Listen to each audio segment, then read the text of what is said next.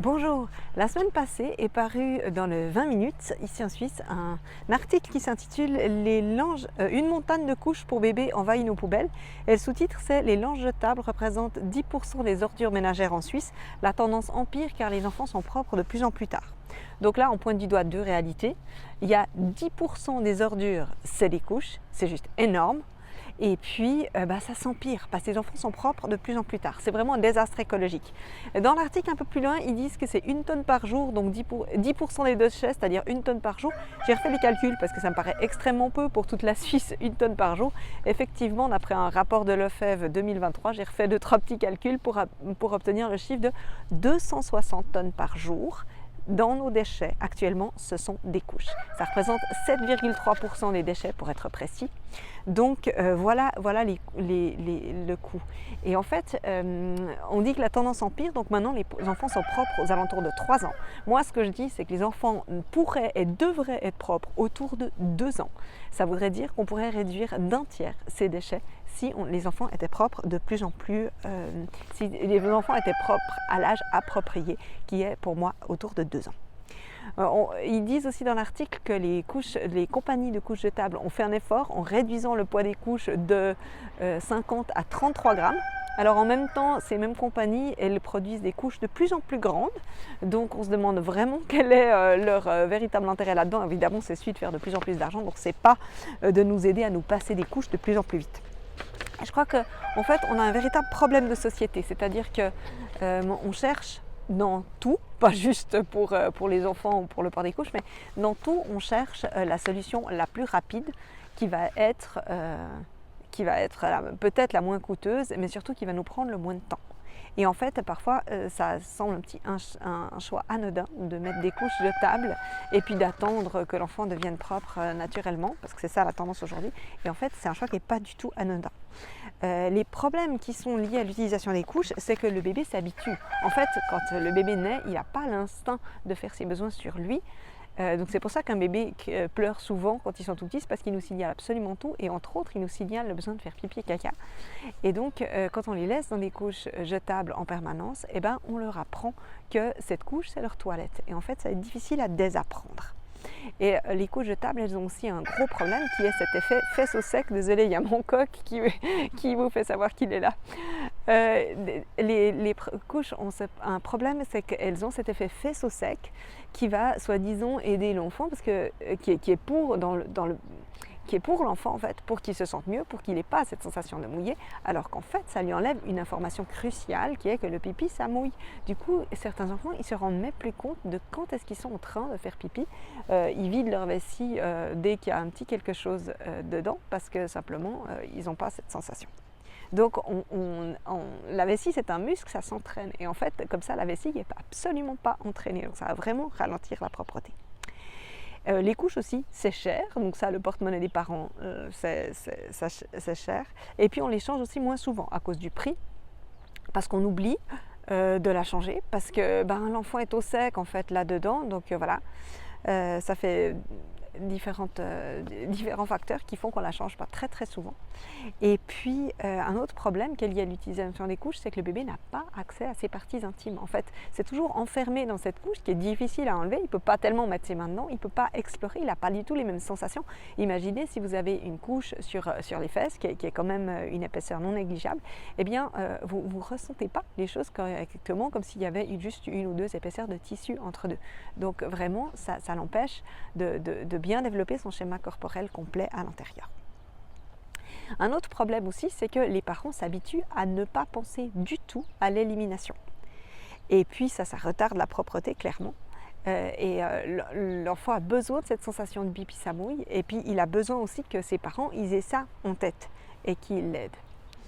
Dans l'article, vraiment, dans cet article que je cite, les couches c'est un problème écologique et vraiment la solution pour moi la principale c'est que les enfants peuvent et devraient être propres plus tôt. Il y a 50 ans, la moyenne de la propreté des enfants c'était aux alentours de 18 mois et maintenant on a doublé cet âge. Donc ça veut dire que les enfants sont tout à fait capables d'être propres plus tôt. Après, on peut discuter sur quelle méthode utiliser à cette fin.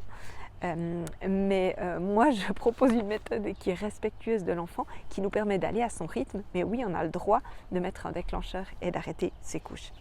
Parce qu'actuellement, pour l'apprentissage de la propreté, c'est ça qui a vraiment changé depuis 50 ans, c'est qu'on croit qu'on doit attendre que l'enfant soit prêt et que ça doit venir de l'enfant. En fait, on croit qu'il n'a pas la capacité physiologique d'être propre avant à peu près l'âge de 2 ans, mais ça peut dépendre des enfants, ça peut être avant, ça peut être après. Donc voilà, s'il y a 2 ans, il n'est pas propre, pas du tout, il n'est peut-être pas encore capable. Alors qu'en fait, ça c'est complètement faux. C'est que les enfants sont capables, vu qu'ils étaient propres en moyenne à 18 mois et il y a 50 ans.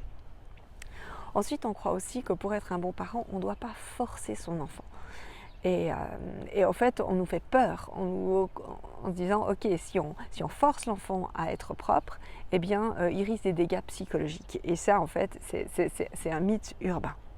Ensuite aussi, si un enfant a des accidents, s'il a régulièrement pipi dans ses pantalons ou quoi, eh ben, c'est qu'il n'était pas prêt. Donc du coup, on remet les couches et c'est un cercle vicieux parce que comme ça, l'enfant, il va d'échec en échec, donc il n'y croit pas, les parents non plus. Et puis les problèmes s'installent vraiment. Les enfants, ça ne peut pas marcher. Les enfants ne deviennent pas propres tout seuls. D'ailleurs, les chiffres nous le prouvent, parce qu'avec cette façon de faire, les enfants sont propres de plus en plus tard. C'est ce qui est dit dans l'article, c'est ce qui est observé. Les enfants sont propres de plus en plus tard. Les enfants ont besoin d'une motivation. Il faut une impulsion.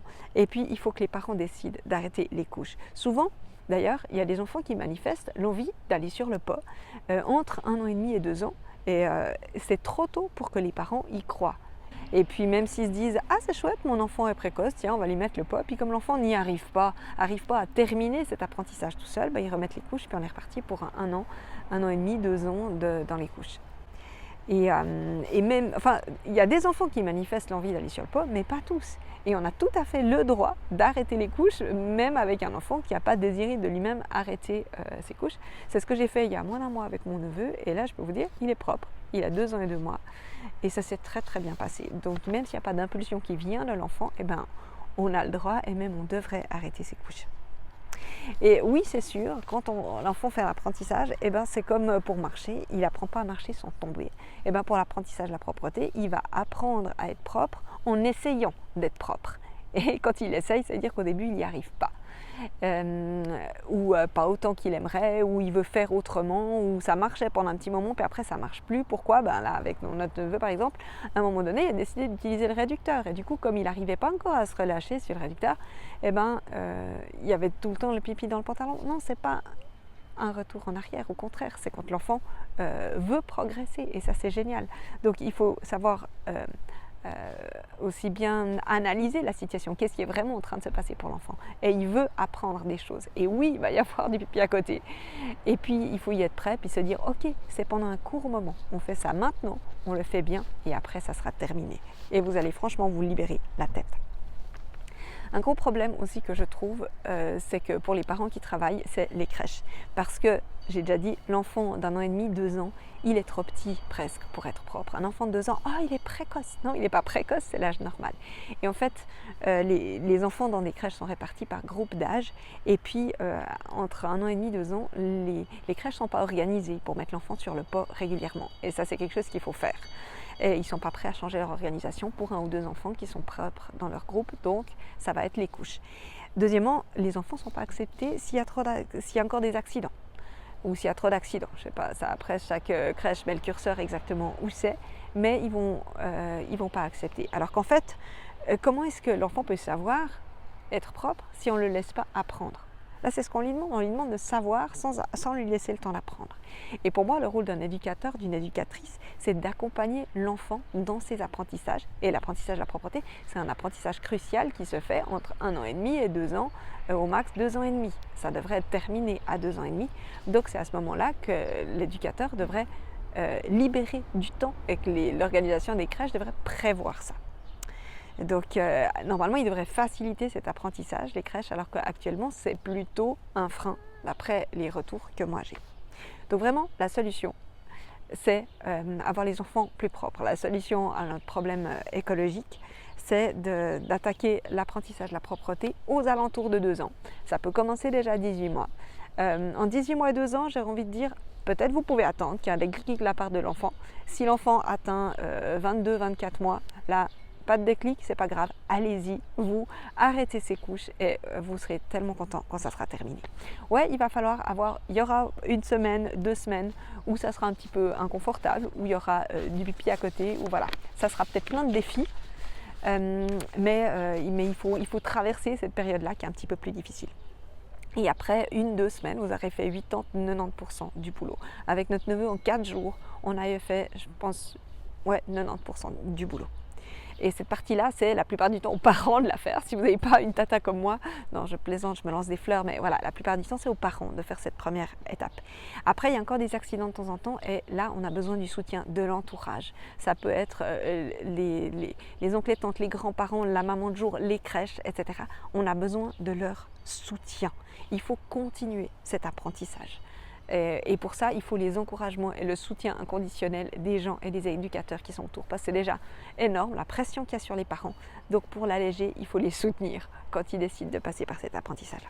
Donc vraiment, pour l'apprentissage de la propreté, il faut avoir des attentes réalistes. L'apprentissage, ça ne va pas lui tomber dessus d'un coup. Il ne va pas savoir être propre d'un coup. Et puis, ce n'est pas en attendant que ça va être plus facile. Au contraire, c'est plus difficile. Je vois très très souvent des enfants en consultation qui ont 3 ans et plus et pour qui c'est vraiment compliqué. Et pour les enfants de 2 ans qui viennent en consultation, c'est pas parce qu'ils ont des gros problèmes, c'est parce que les parents ne savent pas comment avancer, mais c'est pas parce qu'ils ont des gros problèmes qui sont installés. Les parents que je vois en consultation qui viennent avec des gros problèmes, eh ben, c'est les enfants de 3 ans et plus. Donc ça ne va pas lui tomber dessus tout seul, il faut prendre du temps à part pour ça, 1-2 semaines, que vous puissiez vous focaliser là-dessus. Demandez le soutien de votre entourage. Si votre enfant est gardé par la grand-maman, la nounou, la crèche, demandez le soutien de ces gens. Transmettez-leur comment vous progressez, etc. Et ils doivent être là avec vous pour continuer l'apprentissage que vous avez décidé de faire avec votre enfant. Et puis, si ça ne va pas, eh ben, faites-vous aider. J'offre des accompagnements personnalisés, j'ai aussi des cours en ligne, je fais aussi des conférences en ligne à intervalles réguliers. Donc, il y en a pour tous les budgets et tous les besoins. Donc, vraiment, n'hésitez pas, venez sur bébésurlepop.com. Vous pouvez déjà tout de suite, aujourd'hui, maintenant, aller télécharger mon guide pour l'apprentissage de la propreté. J'ai un quiz que vous pouvez remplir, etc. Donc, venez faire un tour. Et puis, comme ça, je pourrais peut-être vous aider ou aider un de vos proches qui traverse cette période, j'ai envie de dire compliquée, mais en même temps qui est tellement riche. Et j'étais contente, je me sentais privilégiée de pouvoir faire cet apprentissage-là avec mon neveu. C'est un apprentissage important et vraiment on est témoin d'un enfant qui progresse à grande vitesse et c'est juste vraiment une position privilégiée tout simplement. Donc je remercie encore mon frère et ma belle-sœur de m'avoir permis de faire cet apprentissage-là avec leur fils. J'ai eu beaucoup de joie et d'ailleurs j'ai une vidéo là-dessus, je vais vous mettre le lien là en dessous, comme ça si ça vous intéresse vous pouvez aller la regarder, le récit détaillé de comment se sont passés ces 4 jours avec mon neveu. Merci de m'avoir suivi dans cette vidéo, j'espère que vous aussi vous êtes convaincus qu'il faut arrêter avec cette folie des couches, avec l'âge de l'apprentissage de la propreté qui devient de plus en plus élevé et qu'une des solutions c'est d'arrêter les couches plus tôt. Je reste à votre disposition si vous avez besoin de moi. Je vous souhaite une belle journée et peut-être à bientôt. Au revoir.